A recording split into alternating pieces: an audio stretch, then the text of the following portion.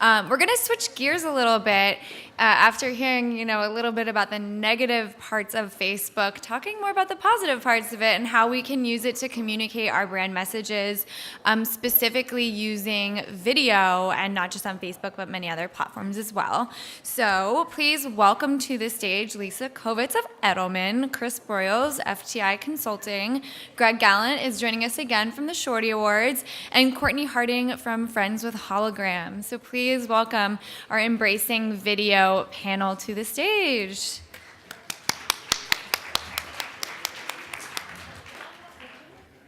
Are you on? I'm on. Oh, I'm on. Okay. Good afternoon. I know this is like, the post-lunch. You've really, sort of all those cookies right went to your head. But what we're going to do here really quickly is we're all going to introduce ourselves, lightning round, and then we're going to do a little bit of research with you guys and get into our discussion. So, Mr. Greg, please.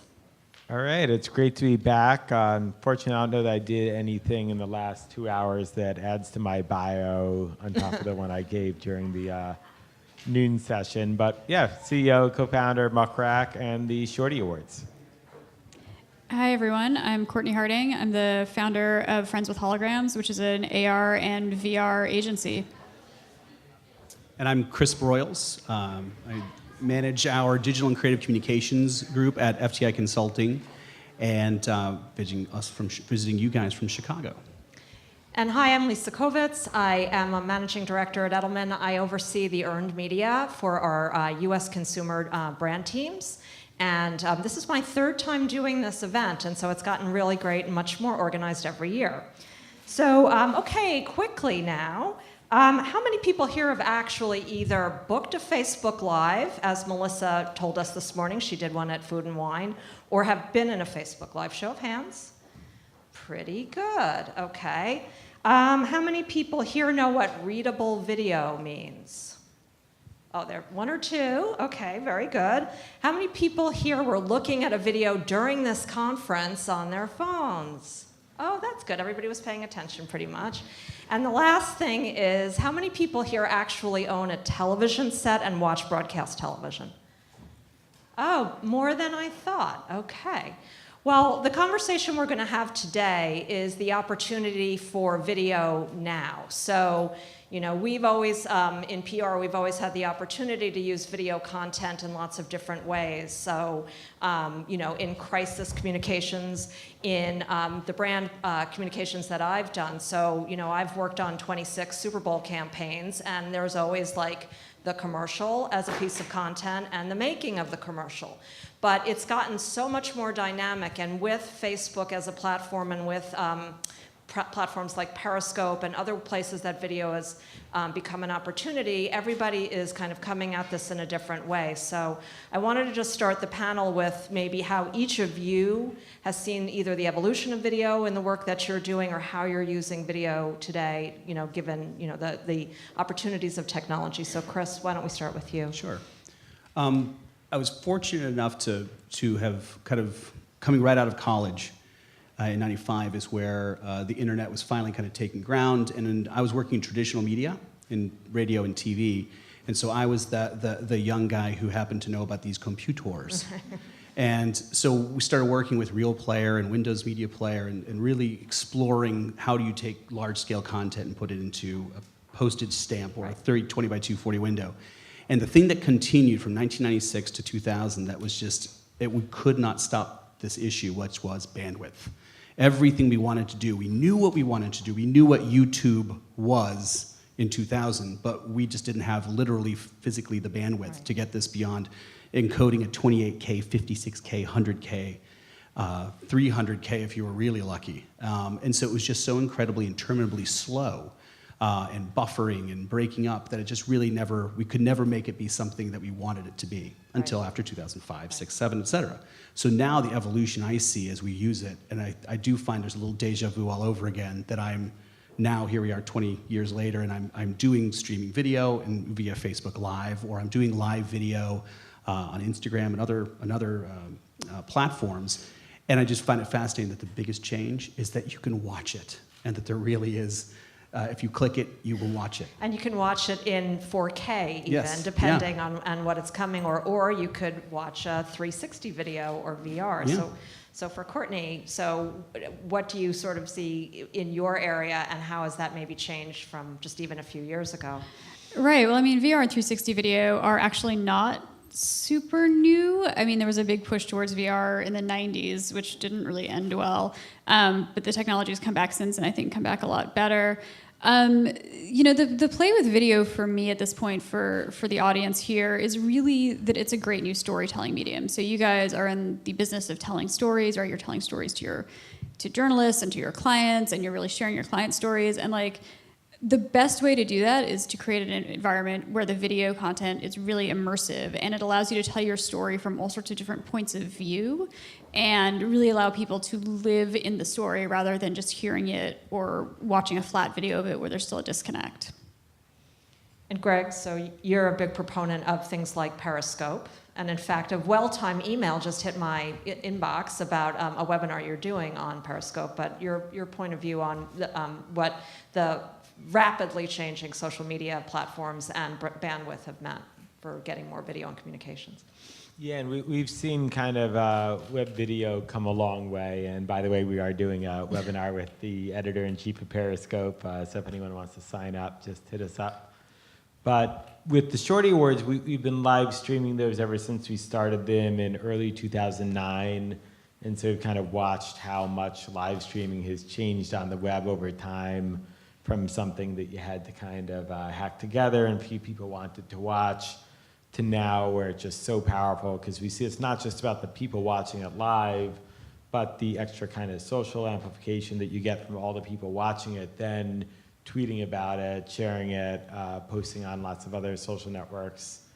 But I think what's most interesting is seeing not just like how what you used to be able to watch on TV is now on the web, because in a way a live stream of an award show is something that we're distributing in a new way, but the product's the same as what they've been doing with the Oscars for decades, or the way that you can watch Netflix. But it's seeing all these new mediums, AR, VR, live, where someone's just taking it from their cell phone.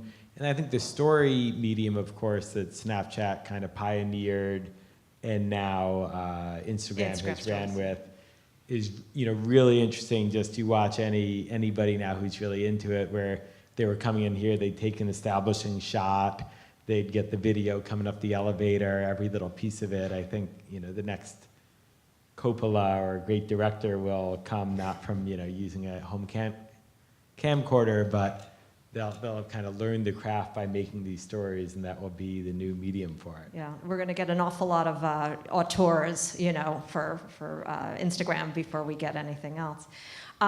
The idea, every single one of you, and a lot of you guys I've seen were, filming the panels and so on, and that means that every one of you guys is a journalist, which is, in Chris's business, which is crisis, that could be a problem when someone points a camera at something that maybe wasn't meant to happen. So I'm just curious how you guys... Is this all off the record? I think there's a hashtag for this, so no. Yeah. So if you want to talk about maybe how you've been able to use video in issues management situations. Yeah, it has been an interesting time where user-generated content and the citizen journalism, which I love that term, where it's not just that news. Some of the news agencies have been doing this for almost 10 years now, right? CNN with their iReport, et cetera.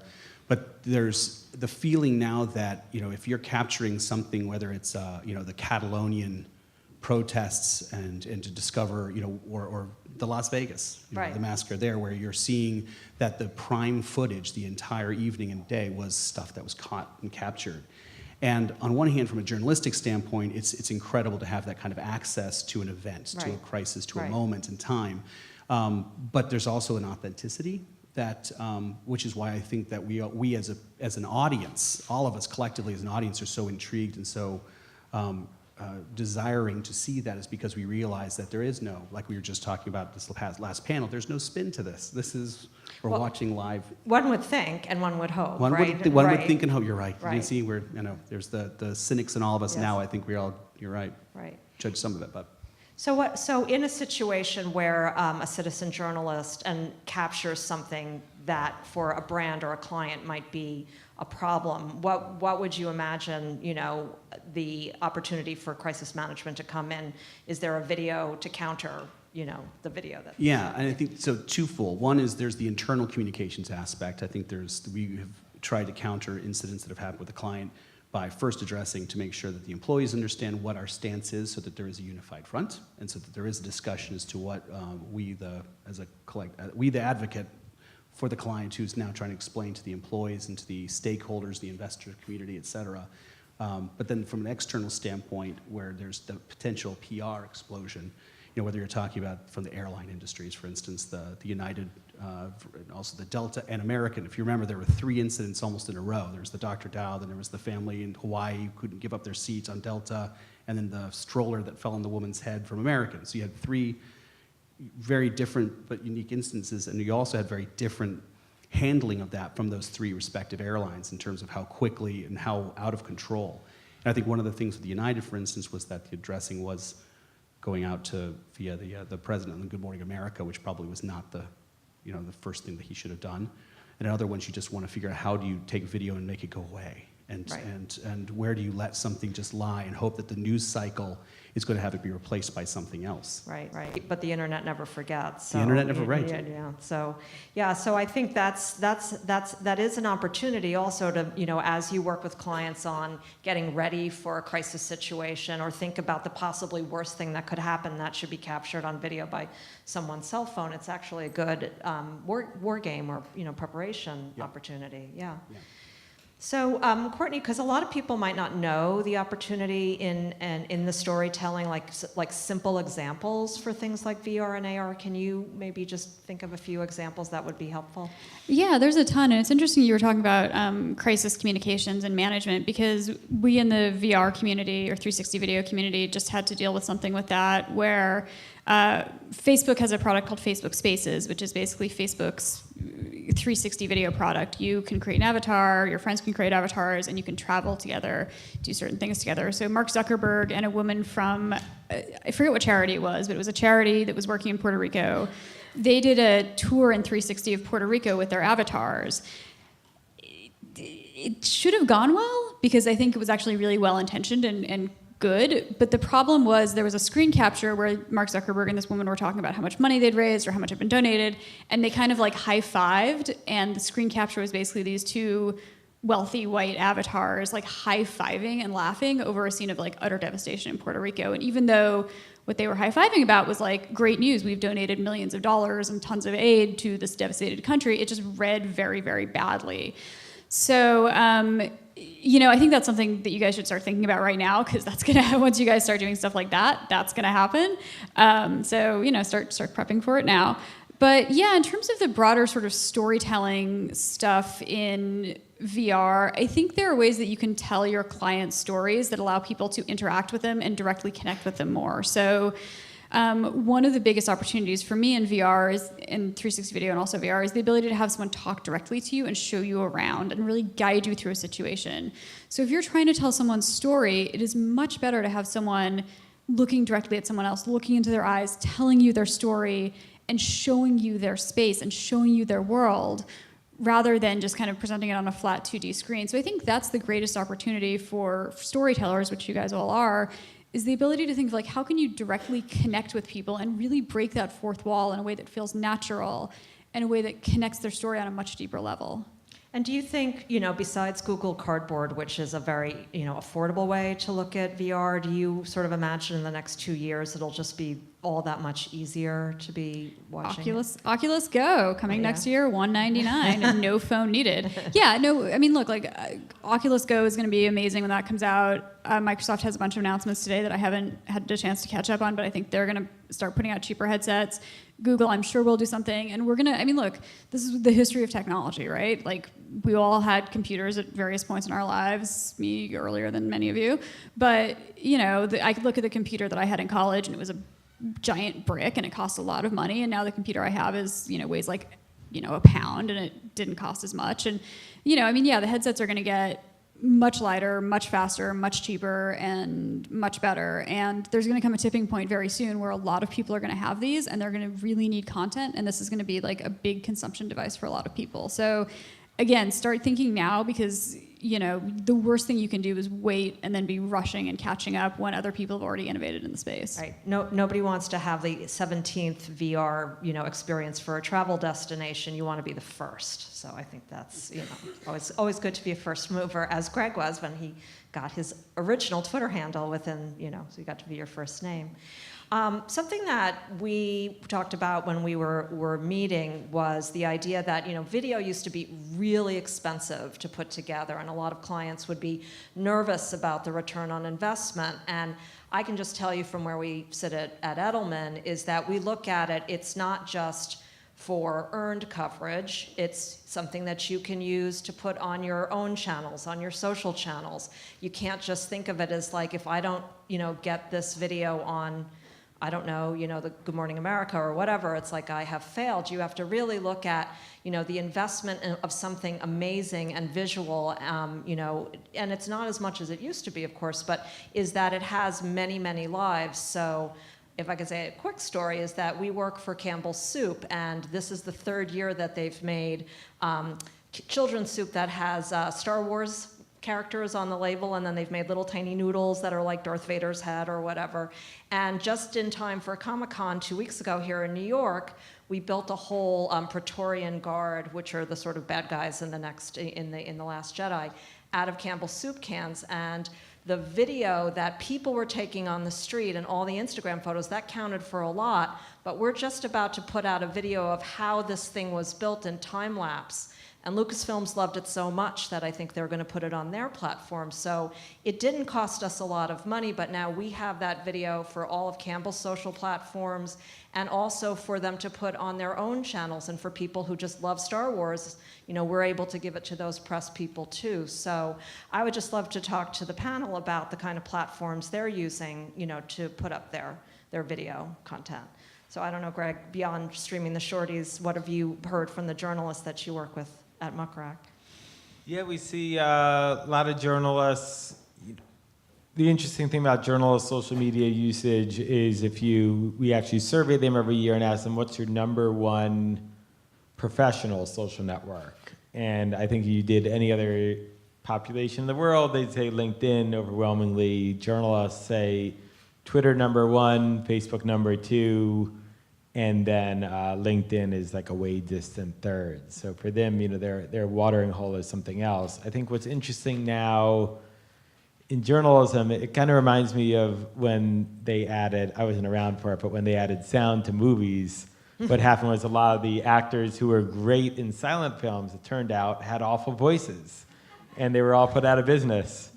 So I don't think it's going to be that extreme with journalists, but it is interesting watching them now try to get into video, get into podcasting, and some of them are awesome at it. Others have some learning to do for it, but it's kind of an interesting spot because a lot of these journalists still get great access. They might be in the middle of a disaster zone, and it used to be that they just wrote stories, so it didn't really matter how they presented themselves and how they spoke, all those elements. Whereas now, a lot of times the media outlets are they're looking for them to be what they call them predators, kind of producer editors. Oh, I didn't know that term. And shoot Shoot it, be in it.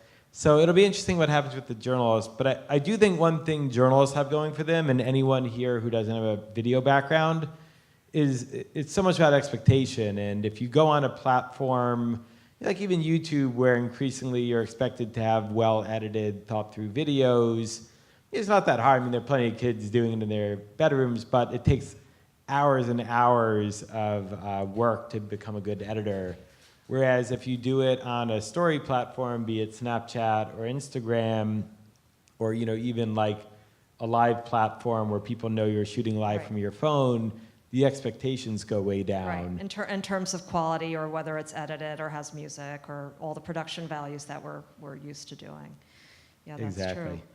That's true. Cortney, do you think that Facebook should be the primary place where live video is, or what's your thought on that? Yeah, I mean, Facebook in terms of like the live streaming in 360 has definitely been the leader in that space. I think one of the challenges for live streaming in 360 is what you were saying earlier, which is the bandwidth issue. I've seen a lot of people try to like do VR or 360 concerts or sporting events, and the files are huge, right? And it's very, very, very hard at this point. That's going to change. Again, a lot of people are building technical solutions for that. But I do think that's one of the challenges. So for Facebook to be so invested in this is great, because they're one of the companies that could really move the needle on a lot of this. Yeah. And for you guys? Yeah, I'd say Facebook and Facebook Live, but just in terms of that platform, I think with a lot of our clients, even if it is, say it's an issues advocacy client, for instance, so if we've got somebody we're working for a consortium in DC and they're trying to get their point across, if we produce a series of videos, Facebook seems to be really a great platform. Part of that also because algorithmically, Zuckerberg's flat out said it, that they're giving priority to Facebook Live. They're giving priority to video. So in your news plus stream. their own video, their ambitions to be in the television, air quotes, That's business, right? And they will soon, right. The branded content will be soon. But I think the other thing, too, is we've used Tumblr and other places, too, where we've been able to go, for instance, for a healthcare client, a large biotech. We were able to go to the conference and actually shoot using iPhones. And we were shooting the iPhones. We had legal on standby. Oh, wow. So within 2 hours, we were able to get approval to make sure that these doctors we were interviewing with an Apogee mic.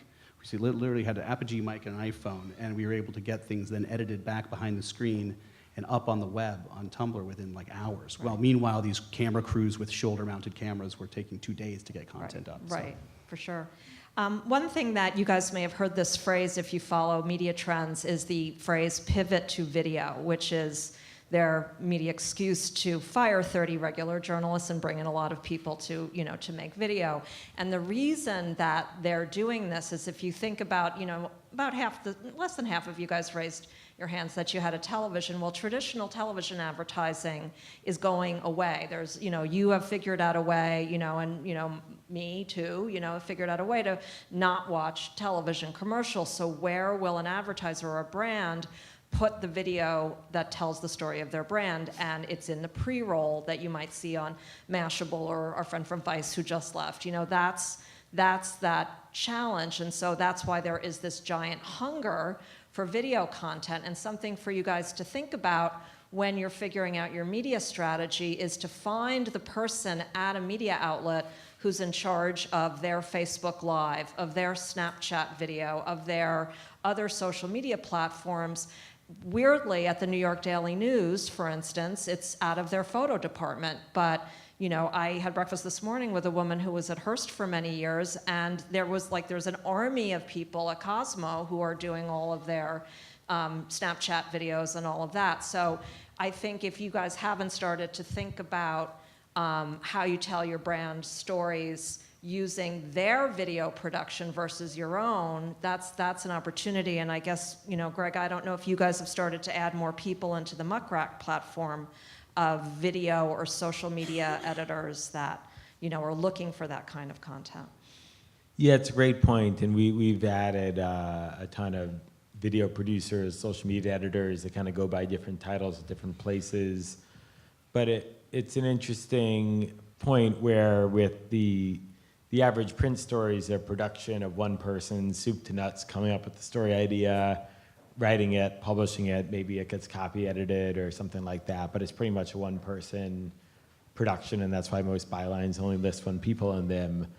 Whereas the video production is a little bit more of an assembly line where one person might be thinking of the idea, another person writing it, another person editing it together, another person in charge of getting the story out there. So it takes like a little bit more digging to find the right person. And in terms of constructing the story, you really have to probably involve a bit more of your own team, because it's no longer just like, hey, here's a really cool pitch, let me get a good quote from an executive and I'm done. It might be, hey, how do I find really compelling video of how our product's being used in the field, or something along those lines that someone can take and run with.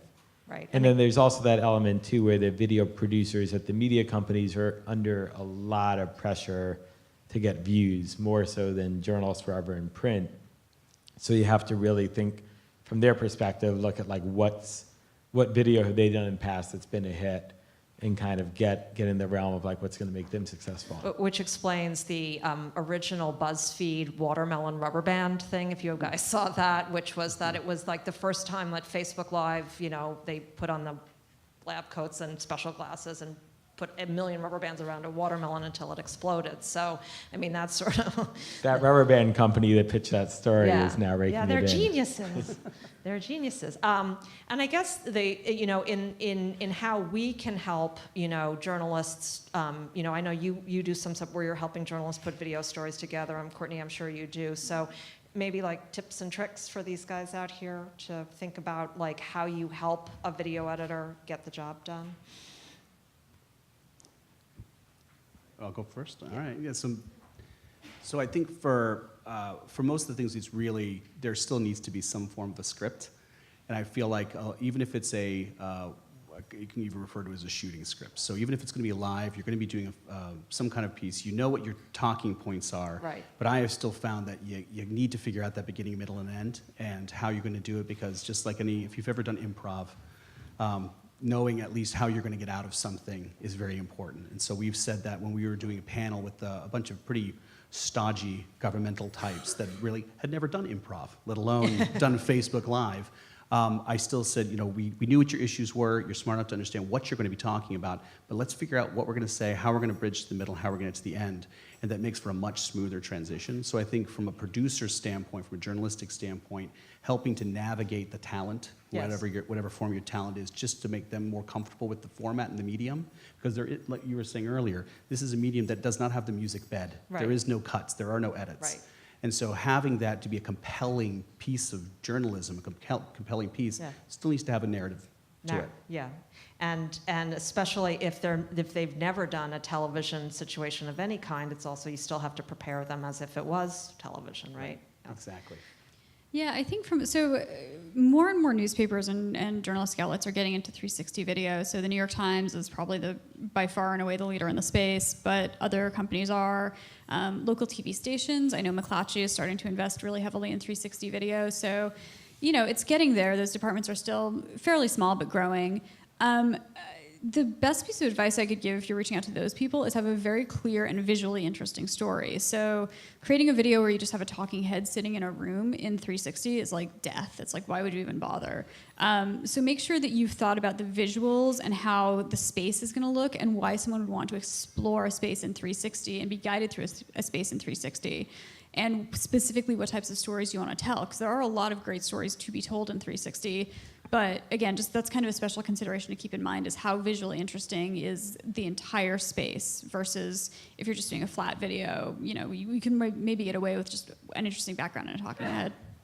Yeah, I think that's where people want to get educated about the different kinds of videos. So the New York Times 360 is putting one up every day. They were putting up a lot of VR stories and maybe not so much anymore. I know, for instance, that at USA Today here in New York, and I'm going to imagine in DC, if you're lucky enough to get a whole sort of USA Today package. So we work for Audible.com, and they created a line of audiobooks for dogs, meaning that your dog will be a lot calmer if you play an audiobook versus leaving the television on or the radio on, because it's the same voice, the volume doesn't change, there aren't weird sound effects.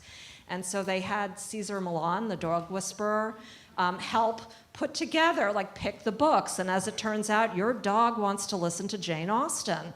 And it was being read by Rosamund Pike. So we got very lucky. Ed Baig, who is one of the consumer tech reporters up at USA Today, was a dog owner.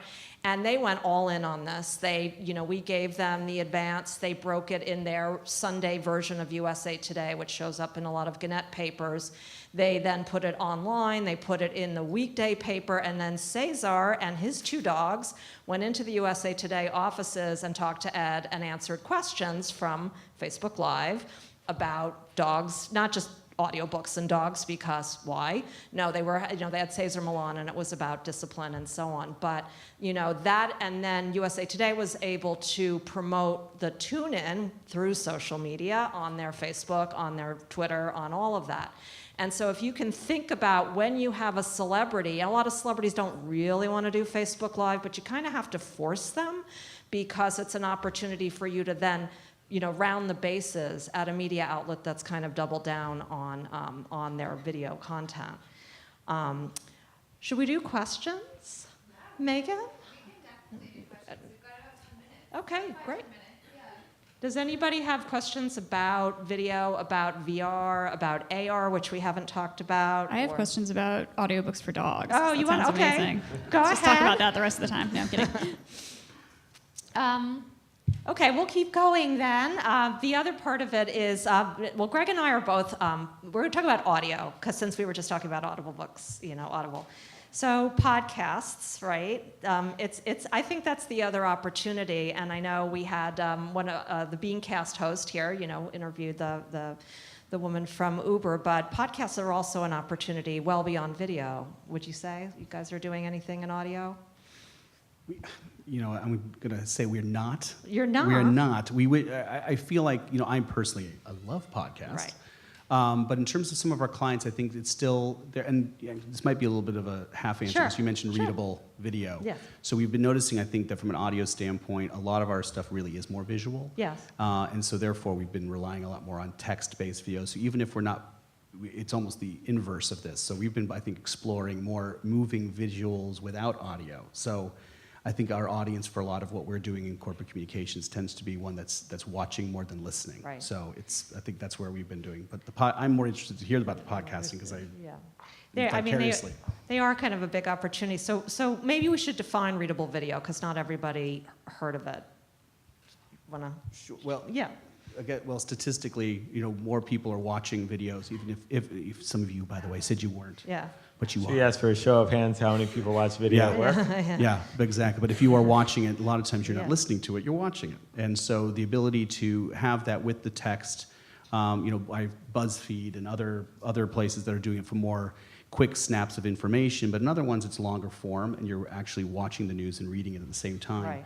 But there is more dynamic content that's driven, even looking at some of the things with recipes, like some of those Tasty quick videos. I love those videos. Yeah. And some of those, I'm reading them. I'm not listening to the Giada. I'm watching the hands and reading the instructions. And I want to know the manicurist for the tasty video. That have would be an excellent interesting hands. story, Yeah. actually. But the other thing with the readable videos, too, is sometimes they can just use photographs, right? Mm-hmm. Which I think is a cost saving for a lot of clients. And I think that's another exercise you guys should do is when you're talking to the video person or the social media person, say, what do you want? Do you want video? Do you want photographs? Do you want, AR? What do you want? And I think that will also help inform the strategy. The great irony is that with readable video, we're kind of back to silent films. That's right. If only those actors could have just held out, they would be stars again. Yeah. Yeah, we pivoted to video and then somehow pivoted back to words, except now they're in a video. Yes, Yeah. exactly. Sure. I have a quick question. Sure. Do you have any recommendations for tools that people could use to create more of that visual content? Like everybody says the press release is dead, so maybe if you're making something that's like still images and it's very affordable to put together for your clients to engage more with press. Do you know of any tools or apps that can be used for that? Any recommendations? There are some apps. Yeah. There are some quicker apps, but that are they're almost like when you're using iMovie. I laughed when my kids were like they looked like Coppola because they're putting together those trailers. They have those trailer templates. So there's a lot of the ones with the templates. But honestly, Adobe's Creative Cloud is so incredibly affordable now, even from a student license, let alone a home license. That used to be the tool only the professional editors and graphic designers and whatnot were using was Photoshop, Illustrator, Premiere, et cetera. And now, you can get a license where you get every single one of those tools for $20 a month. And it's relatively intuitive. I shouldn't say that, right? Put myself out of business. But Premiere is intuitive enough that if you wanted to do a series of stills in a nonlinear editing fashion, underlay a music bed, it's pretty affordable and pretty easy now to start stitching together pieces in what is like PowerPoint a tool that can be as simple as you want it to be or as robust and as professional as you want it to be. So. And for really quick hit Scalable. images, there's also both Canvas and then Buffer, which is mostly known for like being able to schedule tweets. They have another product. I forget the name of their product, but if you go to Buffer, you can find it. That just makes it easy to like take a stock image, stick some copy over it, and have your social media post already.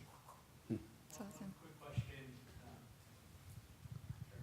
Long-time listener, first-time Turn caller. this on Yes. first. Oops. One last question. I was curious, besides Facebook Live, which are each of your favorite to use non-Facebook Live platforms? And why do you like each of them maybe? And because I think there's so many now, and it's always useful to hear which ones are good, which ones aren't.